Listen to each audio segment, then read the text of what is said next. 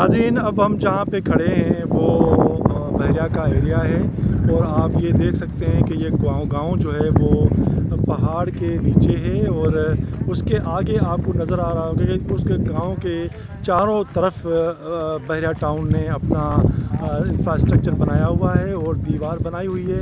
अब कहा जा रहा है, यहाँ के लोकल लोगों का कहना है कि बहरिया टाउन का कहना है कि ये सारी जो लोकेलिटी है या जो गांव हैं या यहाँ के रहायशी हैं वो यहाँ से मुंतकिल हो जाएं, क्योंकि जो उनकी बाउंड्री वाल है वो उनके उस तरफ आ रहे हैं। ये अदालती फैसले तो अपनी जगह पे, लेकिन हज़ारों सालों से मुकीम यहाँ के लोग एक रात में उनको कहा जाए कि अब ये आपकी ज़मीन नहीं है, ये आपके घर नहीं है, तो ये सूरत हाल यहाँ पे बनी जा रही है। और आप यहाँ पे जो तामीराती काम है और यहाँ पे वो जो पहाड़ हैं, आप पहाड़ देख सकते हैं कि वो उनको पहाड़ों को तबाह किया जा रहा है। इन्वायरमेंट के हवाले से भी कोई बात जो है वो यहाँ पे नहीं देखा जा रहा है कि इन पहाड़ों को ख़त्म करने से यहाँ पे इन्वायरमेंट पे क्या असर पड़ेगा, क्या सूरत हाल होगी।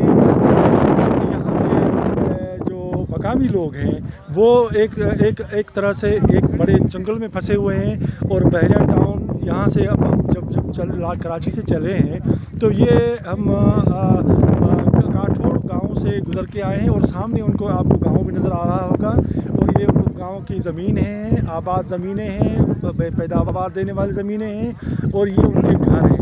इन घरों को कहा जा रहा है कि आप ये घर छोड़ के चले जाएं और यहाँ पे जो है वो बहरिया टाउन अपना काम करेगा और वो अपने यहाँ पे तामीरात करेगा।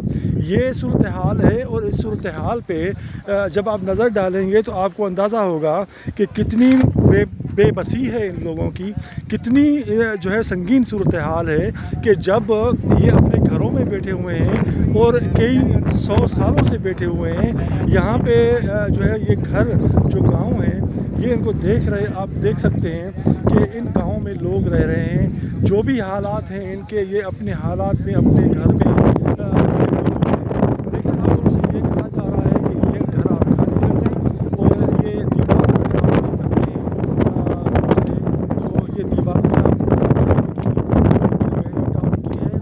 ये बहरिया टाउन वाले की ज़मीनें हैं वो अपने जो है वो अपने दायरे असर में लाते जा रहे हैं। और ऊपर आप देखेंगे कि उनके सड़कें भी बन रही हैं, उनकी तामीरात भी जारी हैं। लेकिन अब ये नरगे में ये गांव है, ये गोट है, इनके लोग हैं जिनको सुनने वाली न हुकूमत सिंध है, न वफाकी हुकूमत है और ना ही अदालतें हैं। अदालतों ने इनके साथ ये जुल्म किया है कि पैसे देके उनको कानूनी